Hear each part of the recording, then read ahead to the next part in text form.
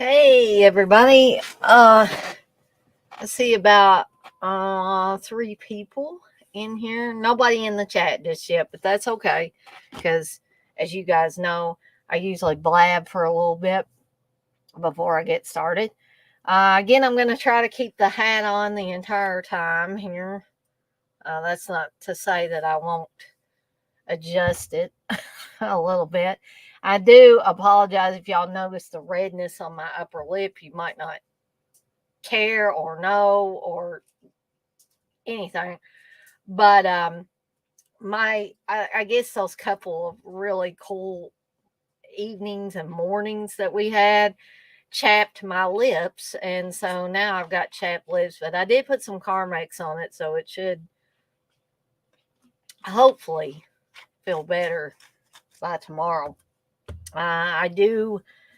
For anybody that cares to know, I do have my second interview with the Smile Doctors people for the help desk position. This will be like a Teams chat type of jobby. So I'm hoping things are going in the right direction because hey Darren, I'm really looking forward to telling these jokers that I not the Smile Doctors, but my soon to be previous employer, that I quit rather than letting them fire me or terminate me or whatever you want to look at it. So I'm hoping I kind of give me some indicator of if this is going to be something that they're going to offer me. I'm not going to quit the other place just right away because until they point blank offer you the job, then anything basically could happen. So I'm just biding my time. But if they do offer it to me, I'm going to wait till the next to last week before they terminate me. I'm going to wait till that Friday, and then I'm going to call, or not call. I'm going to text my supervisor, and I really hate to do it to her because she's not been the problem. She's not been the bully in all this, but um, Steve said I should just tell her and tell her that I need to schedule a time to come pick up my personal stuff. So I figure rather than, getting enjoyment out of telling those jokers in HR that I quit, you didn't get to fire me, I quit. I'm just going to have to go through my supervisor, and I am going to tell her that it's been a pleasure working with her and my manager and the people in IT. Because they are not the ones that caused me to ultimately to quit. That was HR. So anyway, hopefully I'll have some more positive news after this second interview tomorrow. Yeah, perhaps I'll know more. Hopefully, anyway. And that's all I'm going to say about the work business. But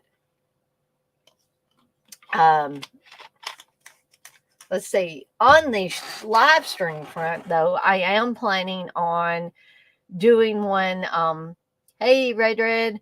I am planning on doing a stream tomorrow evening, probably at 8 o'clock, like I normally do through the week. And I decided I'm going to do it on my favorite kills in each one of the Friday the 13th movies. I'm guessing that I will even include Freddy versus Jason, even though I hate to. And the remake, which I don't mind. Like I said, the remake isn't too bad for me. I didn't dislike the remake. as I said when I was talking about the Friday the 13th films, oh, the other night, or yeah, it was the other night. I can't even, I am, since I haven't been working, I've been so mixed up on my days. It's kind of like when you're on vacation and you're off of your regular schedule and you're not, and I forget what day it is. Um,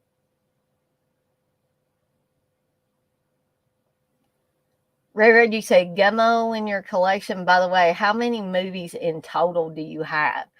Um, Red, I honestly can't tell you because I haven't done a count in God knows how long. And I guess the question I would have for you is, do you mean just Blu-rays and 4Ks, or do you mean DVDs too? Because I I definitely have not. Sorry, I got a white spots on my glasses.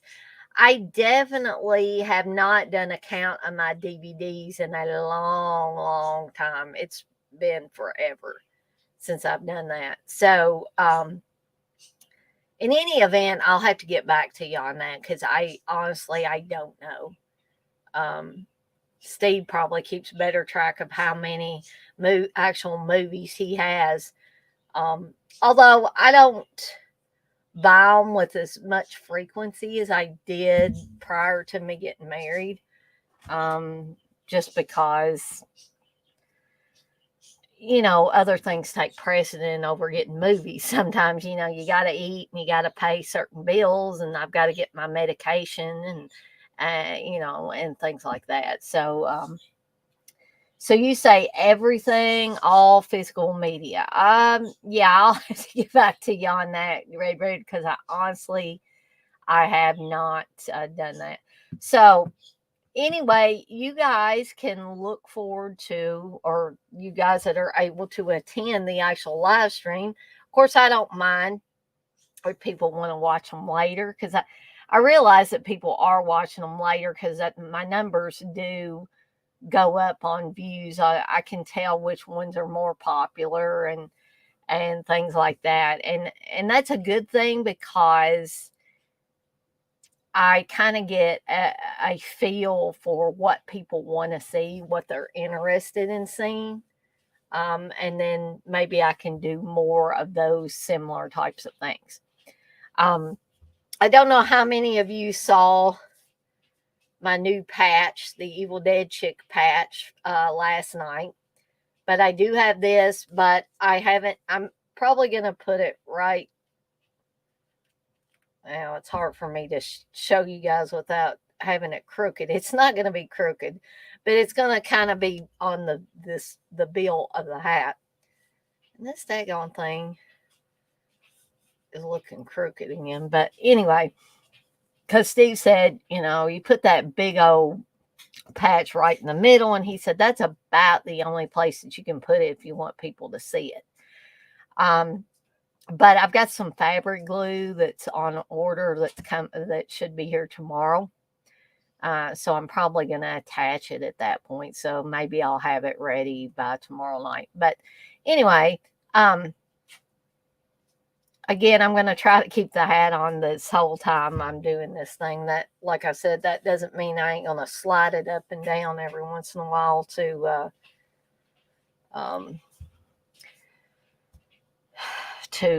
move my hair out of the way, because that's one thing I can't stand is like my bangs and stuff. It just rubs on them, which is why I don't wear hats all of the time. But tonight we are doing the horror ABCs of my collection, and we're talking about the letter G tonight. And I have 6 films to cover. This is only just a handful of films, so I suspect this one will be a pretty quick one. And then, of course, tomorrow I'll be doing the favorite kills from the Friday the 13th franchise. And like I said, I'm going to do the remake. I guess I'll do Freddy versus Jason, Jason X, and stuff like that, even though those the remake aside, the other two I don't care much for. But I can at least, I think, skim through them or whatever to pick out some. Surely to goodness, I can pick out some favorite kills from those. And I just thought that might be a little bit interesting for everybody. And I've still got to pick another movie for a watch along this Saturday. Uh, we had TJ and I had a lot of fun last night doing the trick or treat one. So, uh, anybody that wants to help out with the one on Saturday, um, hit me up and I will give you the link for that. Um, as soon as I get, get a movie picked and can put the advertising up.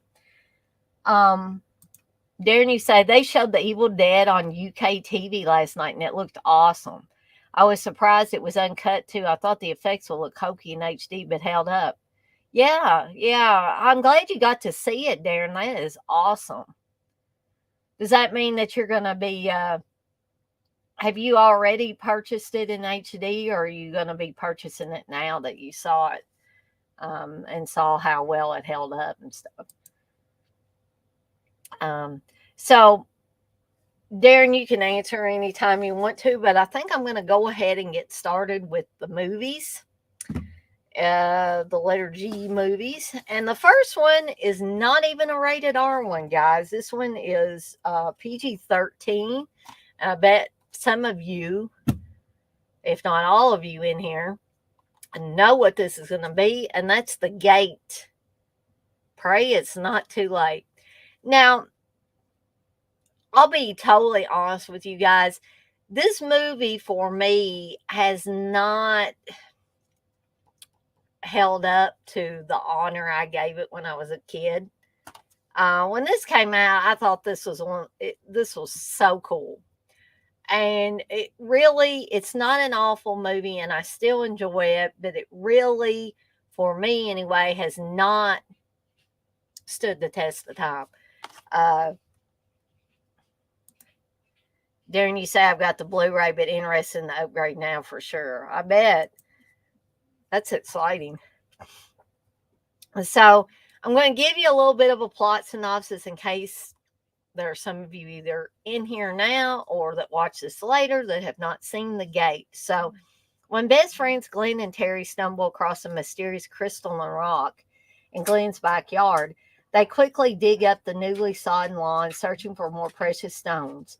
Instead, they unearth the gate, an underground chamber of terrifying demonic evil. The teenagers soon understand what evil they've released as they are overcome with an assortment of horrific experiences. With fiendish followers invading suburbia, it's now up to the kids to discover the secret that can lock the gate forever, if it's not too late. Red, you say The Gate is classic. Well, I mean, not so for me, not so much now. In my case, the nostalgia of it hasn't even held up that well, and maybe perhaps I need to give it another chance. I don't know. I mean, it's just for me now at 46 years old, as opposed to being a kid. And I'm not saying you're childish if you still like it. I'm just saying that it's not what I thought it was when I was a kid. I just thought it was really ultra cool when I was a kid. And now it's just, it's okay. But I don't hold it in as high of on honor as I did when I was a kid. And I mean, that happens. I think that happens with everybody, just, with different movies. I mean, everybody's not going to feel that way about the same movie, or there might have been some people that watched it as a kid and didn't even care much for it as a kid, but most of the people I hear that when they were kids and they watched The Gate, they thought it was pretty cool. And I don't think it has anything to do with special effects or anything like that not being up to snuff. It's just, I mean, I guess when it got down to it for me, the story wasn't that great. It just wasn't that great, and it was sort of threadbare for me. But I can still watch it. I mean, I'm still glad I got it on the Vestron collector series on Blu-ray. I'm not sorry I spent my money on it. Um, I'm just, being honest about the fact that it really didn't hold up for me uh, like I thought it was going to. And we discovered that I discovered that with not only horror movies, but there's been comedies that didn't quite seem as funny watching them now as they did when I was a kid. There are different movies and different genres that seem so well made um, when I was a kid. And I don't know if my expectations are more now or what it is. But sometimes I find myself thinking, well, the movie's not awful, but it's not nearly as great as I thought it was when I was a kid. There are other movies that seemed a lot scarier when I was a kid, even made for TV stuff, like um, Don't Go to Sleep is one that I've talked about before. And I know we're not really talking about that on here, but I just thought in connection with me talking about things that didn't necessarily hold up. Don't Go to Sleep was a movie I remember watching as a kid on television. And that movie seemed outright terrifying when I was a kid, and creepy and all of that. And it's still got the creep factor to it, but it's not nearly as scary as when I was a kid. So, oh, my nose is driving me crazy, guys. Hold on just one second.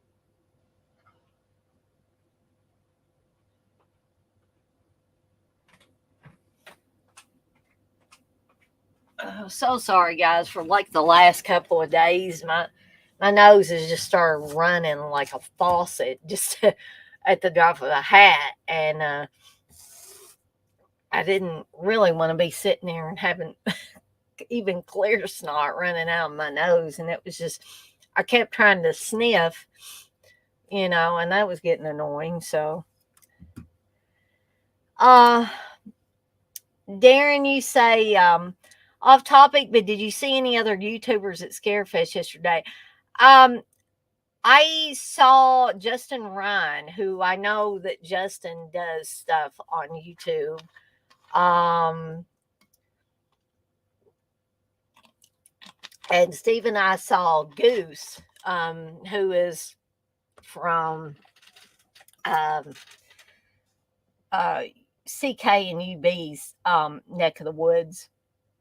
And I don't know if Goose does a YouTube thing or if his is purely podcast. I'm not really sure. He does the Here to Chew Bubblegum thing. Um, and so basically, that, as far as YouTubers, I mean, Justin, I definitely know he does things on YouTube. And I usually see Justin at least one or two conventions. But he said he hadn't been to conventions in a while. This is the first one he had been to in a while. So it was good to see him and talk to him. We didn't really talk about YouTube or anything. We were just, talking about who we met and um, talking about, things we might have picked up. Steve did pick up a couple of things from the Orbit DVD table. He got Martyrs and LA Age Jabber, which he said he might be sorry that he picked up that one. And I was like, well, I don't know if I can physically sit through Martyrs again. I mean, I know he wasn't buying it for me necessarily to watch, but I've only seen Martyrs one time, and that was when I bought it on DVD just because I was hearing all the talk about it. And that was a movie where it's not like it scared me. It's just like I said last night, I think I said this last night. I was just kind of numb whenever I finished watching that because I wasn't sure what in the hell I just saw, and I'm still not sure what in the hell I just saw. Um, you know, uh, it's just a very bizarre type of film. So I hope that kind of answered it, Darren. Now I know uh movie junkie John or John Crescent. He was supposed to be there, but something came up and he wasn't able to go. And Radkins or Ryan Adkins was supposed to be there, but I never saw him. I mean, but there were a lot of people there. This was the first time ever that me and Steve had to wait in a line outside of the building to get in. And I guess we were probably in line a total of 25 to 30 minutes. And thankfully the weather, was cooperating. It wasn't raining. It wasn't bitterly cold. It wasn't too hot. It was a little windy, but other than that, it wasn't too bad for standing out there. And the line moved pretty quickly. But that was, I don't know if it was because Robert England was there, he was like their headliner, or what the deal was, but I have never seen that Scarefest ever. Never a line to get into the place out go winding almost around the building. So that gives you some indication of how many people were there yesterday. Red, you say, have you noticed all the movies from the 1980s have those modern, large, contemporary houses in them? I want a home like One from the Gate, Poltergeist, or Return of the Living Dead 2, etc. Um, yeah, those houses, except the one in Poltergeist, because I would have been afraid that the house, if it was a house like the house in Poltergeist, it might have some evil entities in it. But yeah, I get that. Ray, you say, or one of the houses from Creepshow. Those were kid thoughts. Yeah, I think most kids, unless they already came from a rich family, the houses from like a lot of John Hughes movies, like Ferris Bueller's House and stuff like that. I always thought, wouldn't it be cool if you had a house like this, that was that big and, your parents could afford to get you basically anything you wanted. Um, I remember Ferris Bueller, the character of Ferris Bueller, kind of complaining because he asked for a car and he got a computer. And his sister was able to get a car, but he got a computer. But he used the computer to his advantage, though. But yeah, I totally get that. Um, that these big old, like, and even the house on Uncle Buck, um, where Uncle Buck goes to take care of his nieces and nephew. Um, that those are pretty nice houses. Um, so moving right along. Now, this is another double feature, and I'm only going to talk about one of these, of course. We'll save Witchery for later, but Ghost House is the one I want to talk about. And Ghost House is one that I do. I was able to rent this sucker, which was odd because, a lot of this stuff, especially this foreign stuff, because that's what this was. This is a foreign film. Um, I didn't get to see until much later, faulty stuff and things like this. But this was during the prime time of me doing my video rental store circulation, and getting all those. And so Ghost House was one that I remember looking at the back of the VHS in the video store and seeing these gory looking kills on it. And I knew I had to rent this movie. Okay. So a little bit of a plot synopsis on Ghost House, in case you're not familiar with it. Your tour of terror begins with Ghost House, in which a group of visitors to a seemingly deserted home find themselves tormented by demonic spirits, including one particularly freaky little girl and her creepy clown companion. Soon, our hapless heroes find themselves powerless to conquer the evil of the ghost house, where death holds the mortgage, and if you move in, there'll be hell to pay.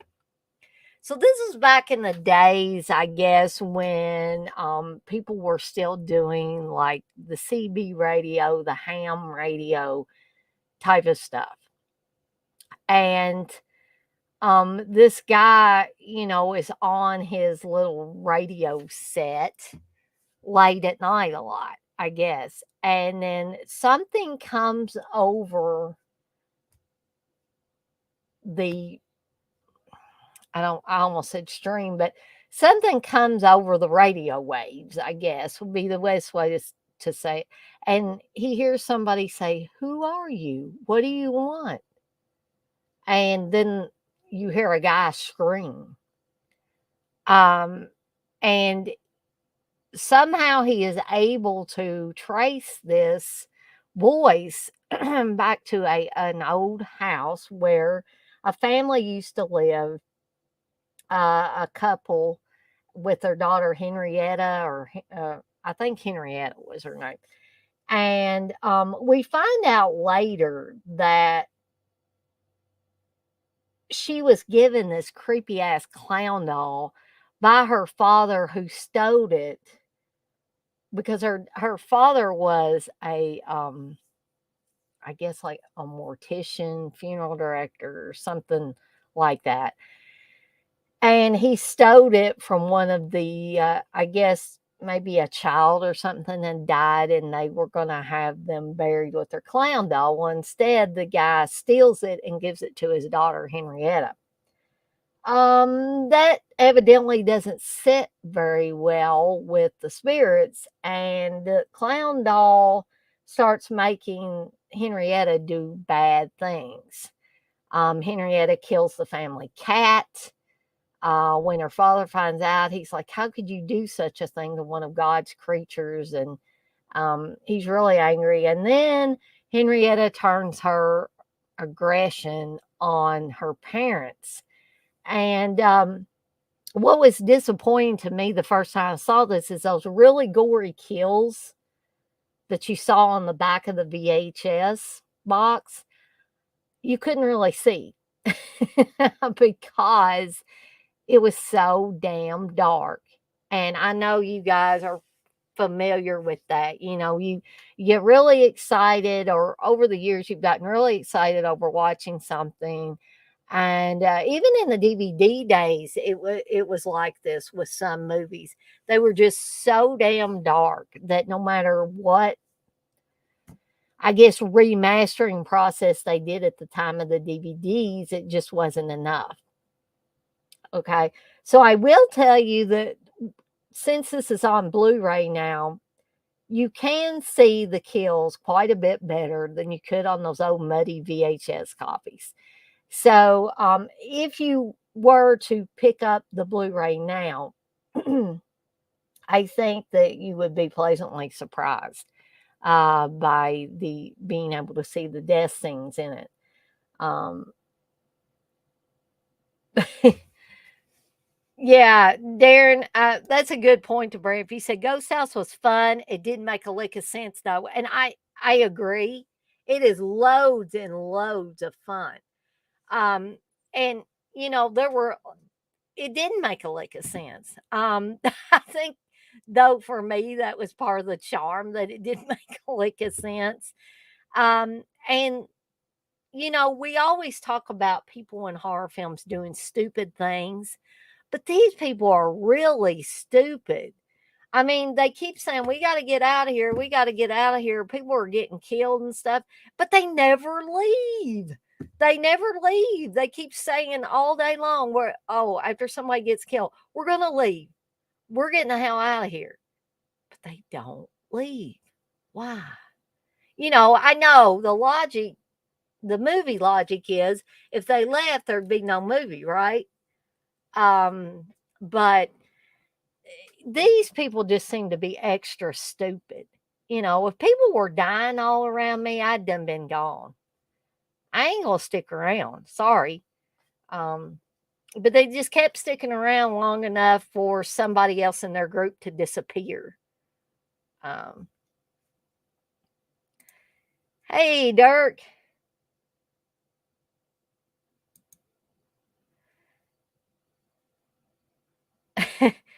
Dirk says that they're getting to the impressionable years for him now. It's only going to get tougher.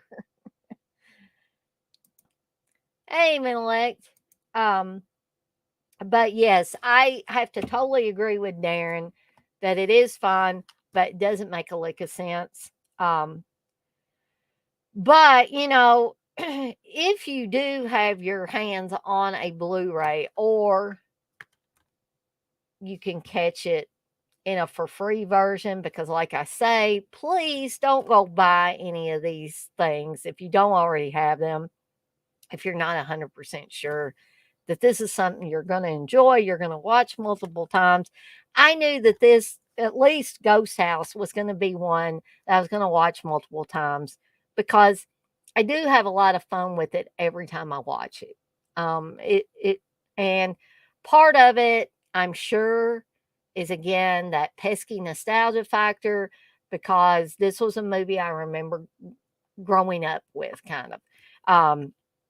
And the clown doll is creepy. The kills are good in it.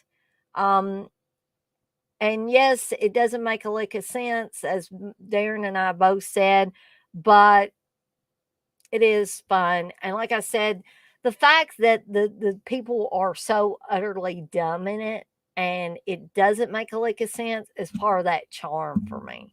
Um, it's not something I want to watch every day, but every once in a while, I say, "Hey, I ain't watched Ghost House in a while," and so I'll pull it out and watch it. Um, and actually, Riff Tracks did do like a commentary, like their commentaries they do for Ghost House. So you could probably look that up somewhere and find that one. Um, Durkee said, I still need to get an alarm clock saying that same from Ghost House. Are you up? Are you there? Are you there? Yeah, right. Yeah, that's that. Since Dirk brought that up, that's something else I want to bring up about this. Um, you keep, or the guy that's got the ham radio set or whatever, he keeps hearing, after he hears this guy scream, he hears some kind of music, and it does sound like it's saying, "Are you up? Are you there? Are you there? Are you up?" But I'm guessing what it's supposed to be maybe is in a different language or something, because they figure out that it's saying something about burial in there, which I guess ties in with the father of Henrietta being a funeral director, mortician, whatever you want to call him. Um, but it's like almost like a sing song, like nursery rhyme. It sort of reminds me of Deep Red, the music that Mark keeps hearing, and some of the other people hear before they die. That la la la la la. I can't do it like that, but my singing's terrible. So, but you know what? For those of you that have seen Deep Red, you know the tune, and then Mark, the jazz pianist, goes and is able to find this children's record and figures out, you know, get some more clues to try to figure out what's going on, and try to figure out who's killing people. Um,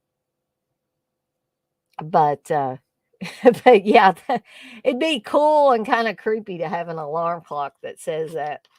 Um,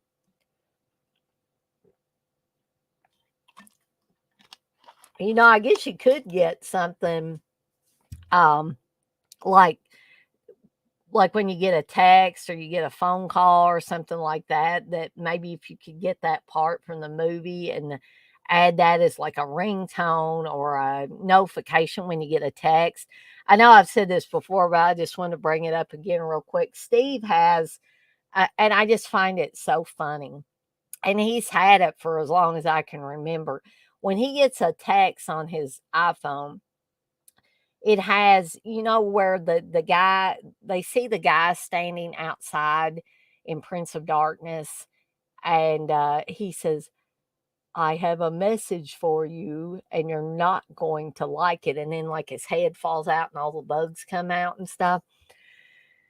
Um, so Steve's phone will say, "I have a message for you, and you're not going to like it," every time he gets a text on his phone. And I just find that so funny. Um, yeah, you could set your phone alarm like that with that. You could record it from the movie or whatever. Yeah, that would be cool.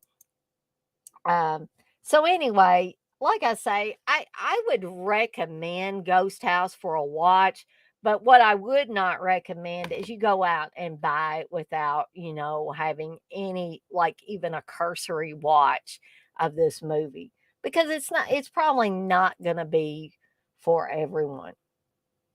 Okay. So the next one also has ghost in the title, and that is Ghost Story. And not only is this an awesome movie in my opinion, but the story, the book by Peter Straub is an awesome book. For me, Peter Straub is kind of on the almost on the level of Stephen King. They've almost they almost have, well, I guess they have similar writing styles, Stephen King and Peter Straub, to me, and have even written books together. And although I can tell when it switches to from Stephen King to Peter Straub, because I've read so much Stephen King that I'm really, if you read a lot of Stephen King, you're going to be in tune with his style and all of that. So I can tell when they switch back and forth. But Peter Straub's also an awesome author, in his own right. And Ghost Story isn't the only book of his that I've read. Um, but this is also an incredible ghost story, an incredible horror movie, in my opinion. Um, it has, oh my gosh, it has Fred Astaire, Melvin Douglas, Douglas Fairbanks Jr., John Houseman, Craig Wasson, Patricia Neal's in this, Alice Cridge, who most of you will remember Alice Cridge as the mother, um, of Charles, the cat-like creatures and sleepwalkers. So Alice Cridge is in this as well. This is directed by John Irvin. The screenplay was by Lawrence Cohen, and of course, as I said, the book it's based on the novel by Peter Straub. But again, let me give you a little bit of a plot synopsis. Oh, let's see. He's Uncle Bill tonight. Yes, Uncle Bill. I did go to Scarefest, and I did meet one person. I did go up and meet Michael Berryman because Michael Berryman's kind of been on my bucket list of, you might say, God, why? But he was really nice and basically what I had envisioned him to be. He was very nice. I had him sign my Hills Have Eyes soundtrack on vinyl. Steve said he believed Michael Berryman thought it was a laser disc. I was like, oh, that's all right. I don't mind. He thought it was cool anyway, and he signed it, and then I got a picture with him. And Steve actually snapped a picture when Michael Berryman was signing my vinyl, my record album. So, I was thinking the other day before I went, I was like, well, what am I going to have him sign if I have him sign anything? I really don't want to get a picture, a picture sign. And then I started thinking about my records and I pulled out my Hills Have Eyes, and what do you know? It has Michael Berryman's character of Pluto right there, big, huge picture of him. I was like, this is perfect. So that's what I got signed and got a picture with him. And then Steve bought a couple of items from the Orbit DVD table because they were vendors there. And Steve got Martyrs and LA Age Jabber, which he said he's probably going to be sorry he got LA Age Jabber.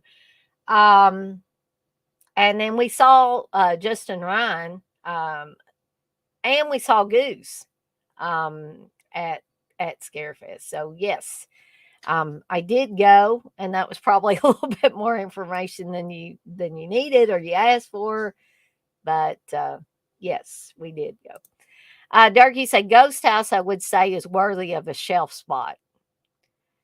I would too, Dirk, but I just try to be careful because I just don't want. I don't want people to like say, well, Dana said this movie was awesome and I spent X number of dollars on it and this thing was shit. I didn't like it. That's why I always like them to watch a for free version. And I know that you get it, Dirk, but I was just agreeing with you. If it was me, yes, of course, I bought it. It was definitely worthy of a shelf spot. Um, so, anyway, I'm going to give a little plot synopsis for Ghost Story. Four of Hollywood's most distinguished statesmen, Fred Astaire, Melvin Douglas, Douglas Fairbanks Jr., and John Houseman, joined forces against a paranormal nemesis in Ghost Story based on the terrifying novel by best-selling author Peter Straub. In a peaceful New England town, the four lifelong friends who make up the Chowder Society come together each week to regale each other with tales of terror. But when one of the elderly gentlemen experiences a family tragedy, it becomes apparent that a buried secret from their youth has arisen to remind them of the sins of their past. Soon they will learn they have never been forgiven, and a supernatural vengeance awaits them all. Craig Wasson, Patricia Neal, and Alice Cridge also star in this chilling and atmospheric telling of one of horror's greatest stories. And yeah, that was something I was going to bring up. Very atmospheric. Um, and you've got a lot of things at work here. You don't just have a ghost story. You also have a revenge story. You have men keeping secrets, which is something that Stephen King brings up in his books, especially in Pet Cemetery, where Judd Crandall goes, he says women are supposed to be the ones that are good at keeping secrets. But as it turns out in Pet Cemetery, as in Ghost Story, the men are pretty damn good at it too. And so these old men gather together, this chowder society, and they, you know, tell stories basically. But there's a secret that they've been keeping since their youth, and it's coming back to haunt them in more ways than one. And not just haunt them, but get revenge on them for something that they did when they were young men. So this is a great ghost movie. It's a great horror movie. And you want to talk about atmosphere. This movie is dripping, absolutely dripping with atmosphere. Very old school, almost gothic atmosphere at times. Um, and very classy in its telling. And I'm not trying to be, I'm not trying to be like an elitist or anything, or put on airs about this movie, and saying that you have to be cultured or anything to understand or to get this movie or to enjoy this movie. No, I think I'm the furthest from classy and upper crust as you can get, and I absolutely enjoy this movie. Um, I love it. And I'm surprised that I haven't got, because this is kind of a fall, like Halloween like movie that even though it's not based on Halloween, it still gives me that fall feel, and I just like to watch it around this time. And I'm surprised that I haven't gotten around to watching it again this year.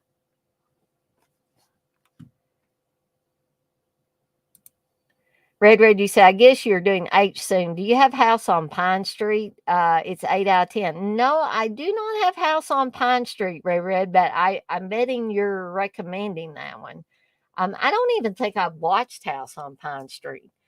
It sounds vaguely familiar, but I'm if you're giving it an 8 out of 10, I'm betting you're recommending it. Dark, you say, people say shit on my opinion. I can't be bothered.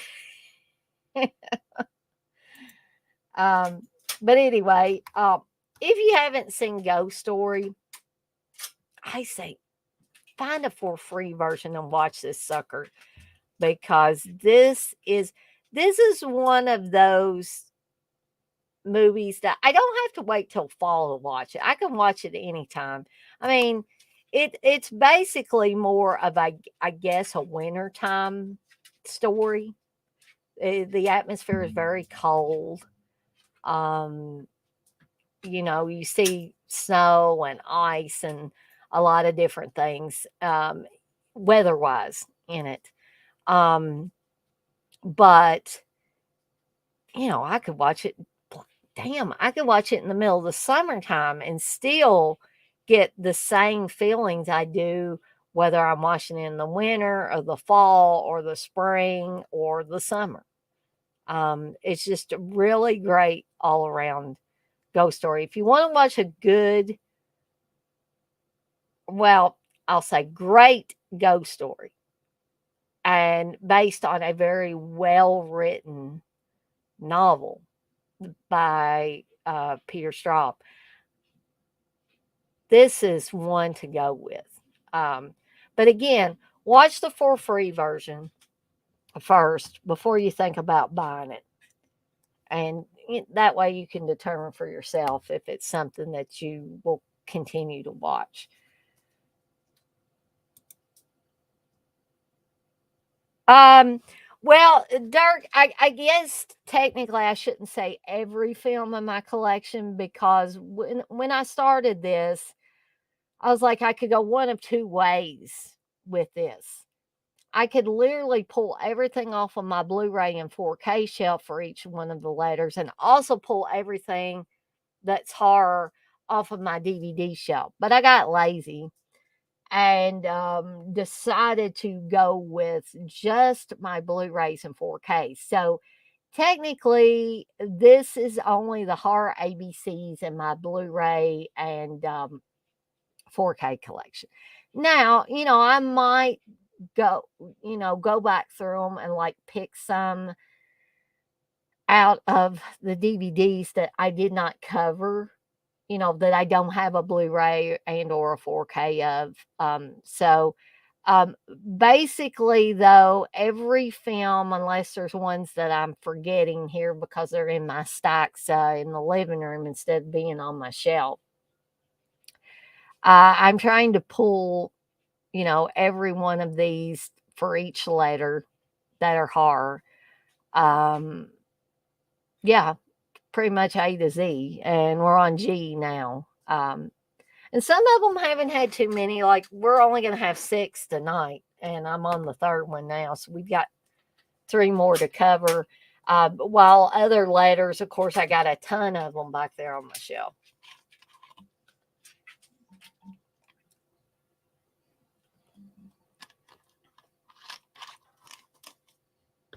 Okay, so moving right along, is a movie that this is one that I think people have different opinions on. Steve's not fond of this movie. And some of you might be thinking, well, who gives a shit whether Steve likes it? If you like it, you like it. But I don't think it's just Steve that doesn't care much for this. And that's Girls' Night Out. Errol just put this out. As you can see, the little A down there at the bottom. They all went in, but only a few got out.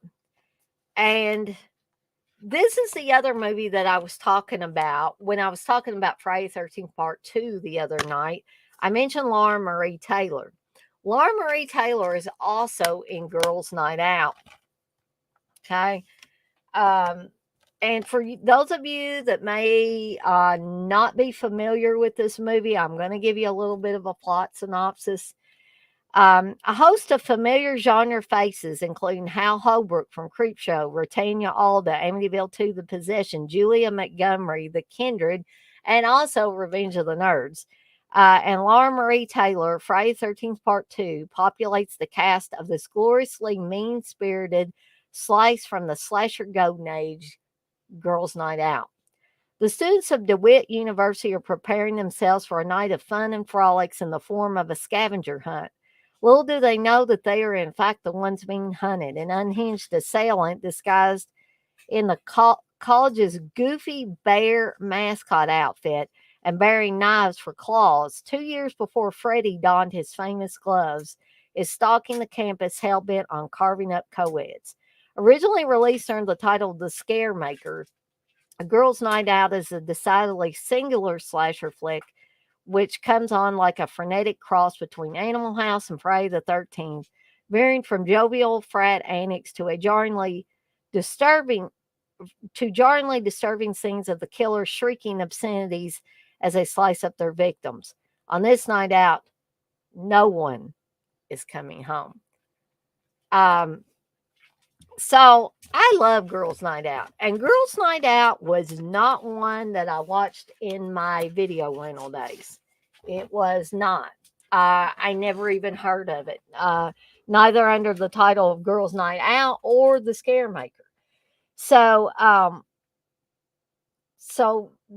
I think I got this from Deep Discount DVD way back when I was ordering a shit ton of stuff from a Deep Discount DVD. I was living at home with my parents then. I had credit cards and I was buying way too much shit. But it seemed like at least once a week I was getting a box like this. I'd get movies about a stack yay high, like at least once a week. And I don't recommend doing that, guys. I really don't, because I got in major credit card debt doing that kind of shit. But it's a mistake I made, and hopefully people will learn from my mistakes and not do that. But this was one of the movies I got during that time period. And I I don't know why. The movie is not boring to me, but I got so frustrated because I kept trying to watch it in the evenings. I would come home from work and say, "Okay, I'm gonna pop in Girls' Night Out and I'm gonna watch it." And every damn time I would go to sleep and wake up and be a little fuzzy headed. My eyes would have crusties in them, and I'd be like, who is the killer?" And I'm not gonna tell you who the killer is in case there are those of you that have not seen it. Um, and it was like I would wake up at the end or near the end when the killer was being revealed, and I just couldn't catch what was going on. So finally, I managed to watch it all the way through. I think I decided, on a weekend to start watching it earlier in the afternoon. That way I hopefully wouldn't fall asleep. Okay. So I was such a fan of this movie and I still like it. I like the creepy calls to the college DJ during the scavenger hunt. They call every time they've killed somebody.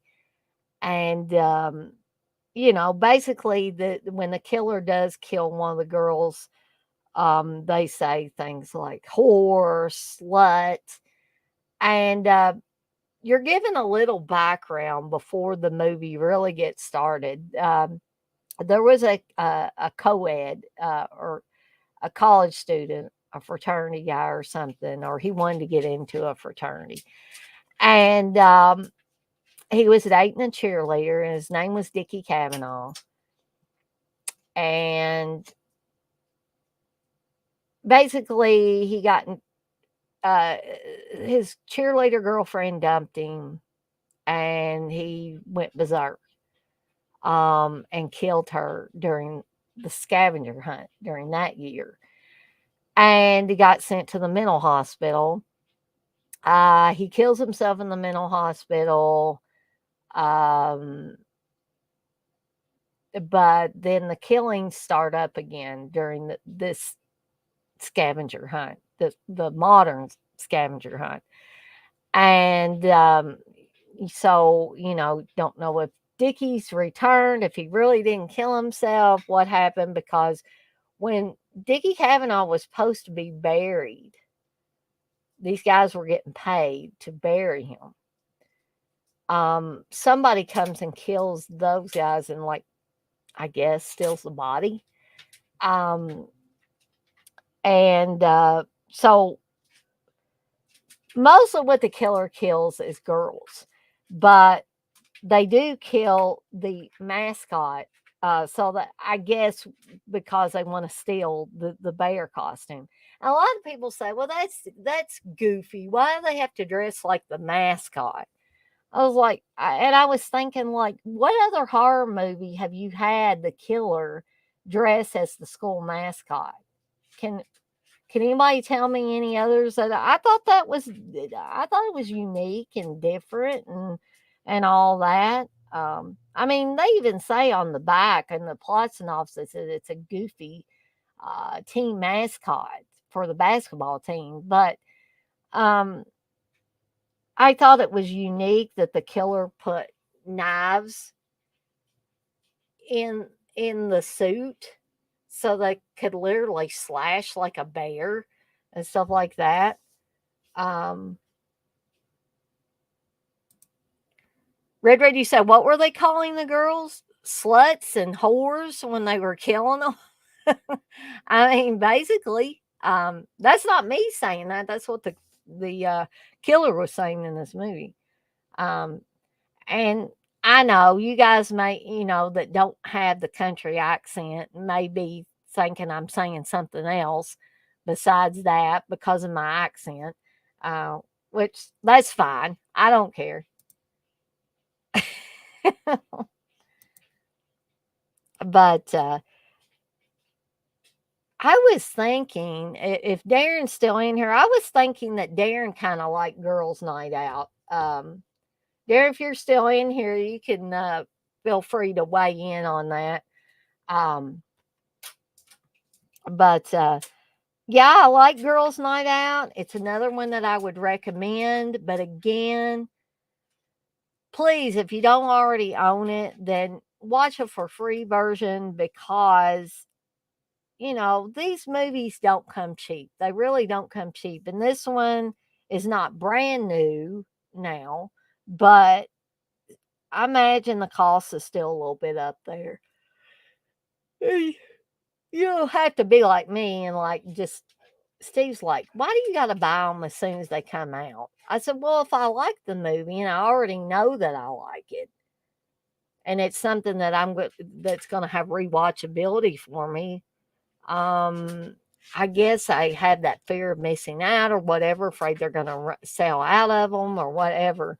Um, like for instance, Happy Birthday to Me. Kino Lorber recently put that out on Blu-ray, and I had that damn thing pre-ordered for months, and they were already sold out of it. And so I ended up having to buy it from a seller, or else I was going to have to wait till November to get it. And like I said, I pre-ordered that damn thing, and it's still sold out. I guess they oversold, and weren't going to be able to get any more until November. But Darren, you say I'm here. Girls Night Out is a good slasher for sure. Still need to watch Arrow special features. Yeah, it's got some good special features on it, or I think so. I especially like the interview with Laura Marie Taylor and John Didrikson, her husband now, but I guess they got married sometime after being in this movie together. Um, so again, moving right along, is Graduation Day, and this is another one that people probably think is kind of hokey, but it has the late great Christopher George on it.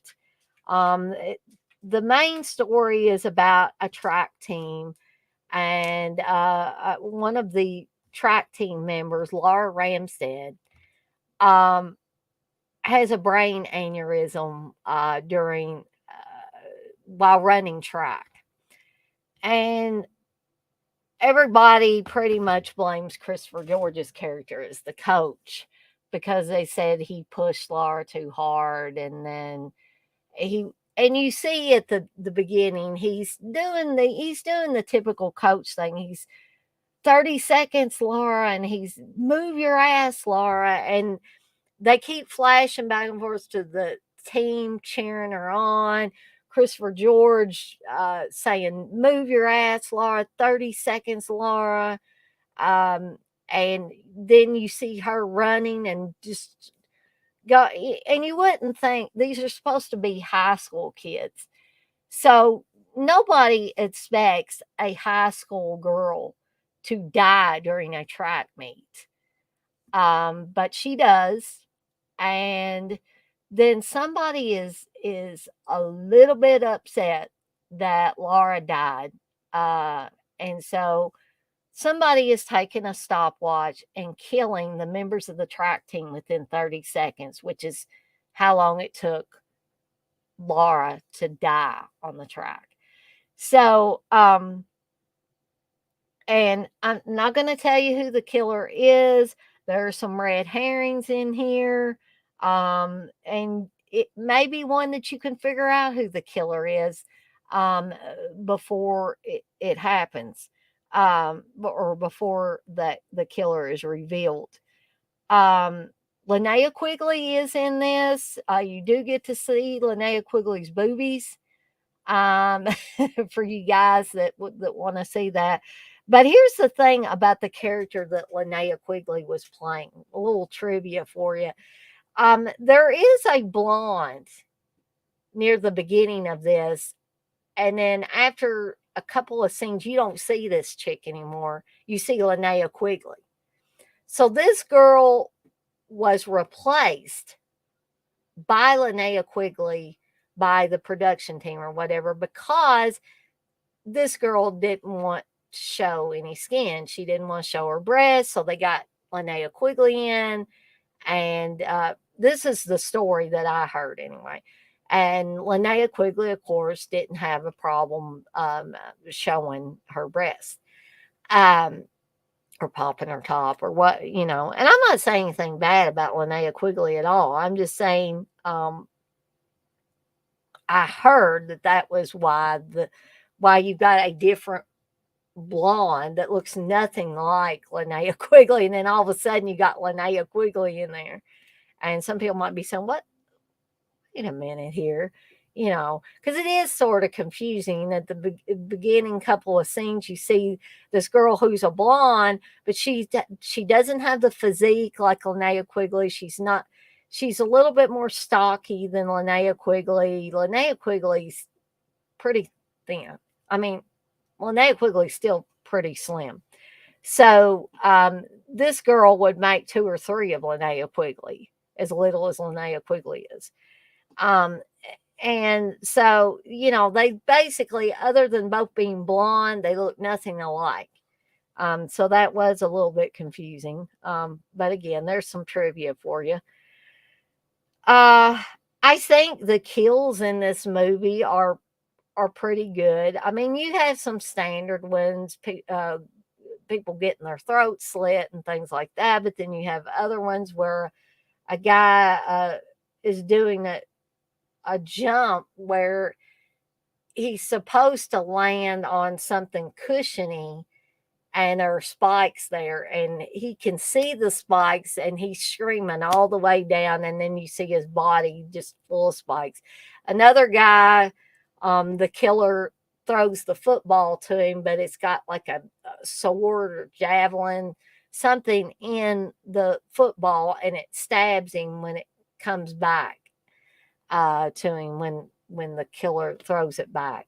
But one of the unique things is because Laura died within 30 seconds. That's how long the killer has this stopwatch, and you see him like it's going kind of like the 60 minutes thing on TV used to do. And then when it gets to 30 seconds, they click it. So I thought that was unique. I mean, for the most part, it's standard slasher fare, but I still enjoy it. This was one I think Good Times Video put it out on VHS a long time ago, and either I bought it or my aunt Sandy bought it. I can't remember which one of us bought it. That was when you could find those Good Times VHS at the store.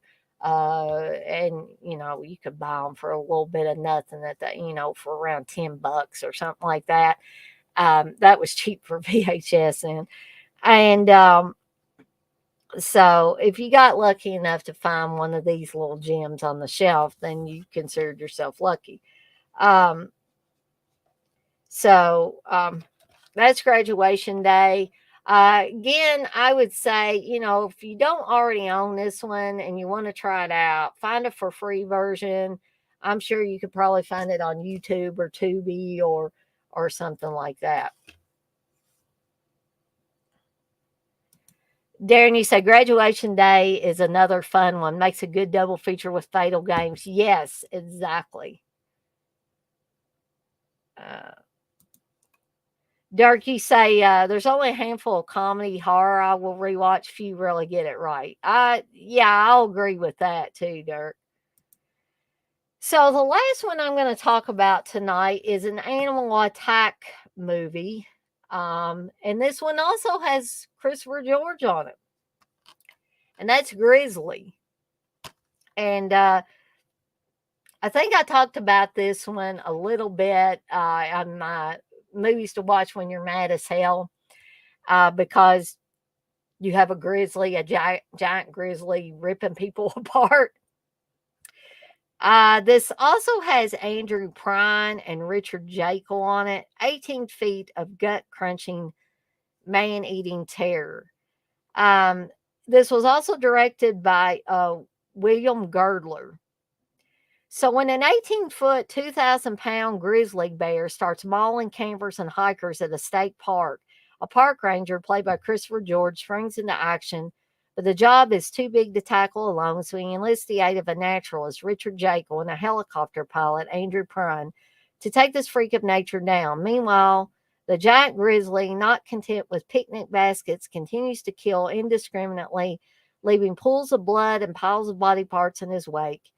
Can the ranger and his cronies end the grizzly's reign of terror without resorting to excessively extreme measures? This post-Jaws nature runs rampant thriller was directed by William Girdler, who also did Day of the Animals and the Manitou, and was a box office hit and a top-grossing independent film of 1976. This movie came out the year I was born. It is 46 years old, same age as me. I brought this up when I talked about it last time. I'll bring it up again briefly. There was a time period where I didn't really like movies like Grizzly, and I mean I like Jaws and stuff, but I didn't really care for these films like Grizzly, where there's a grizzly bear and, like in this case, attacking people. I don't know. It just didn't seem to gel with me or seem that scary. And I don't know why really I like to film like Jaws better. Um, but it took me a few years, but I waited a few years between watching Grizzly. And then when I watched it again, I was like, you know what? I like this subgenre of horror films. Now these animal attack films, they're good.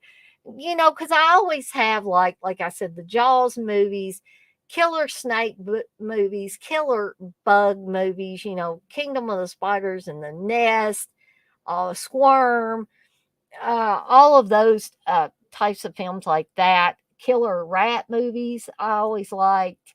Um, and I don't know why I didn't just fall in line with stuff like Grizzly. But that was something that had to grow on me. Now I love films like this. But I don't really see grizzly bear movies being made now. I mean, we still see like crocodile, alligator type of movies. There for a while, we saw snake movies still.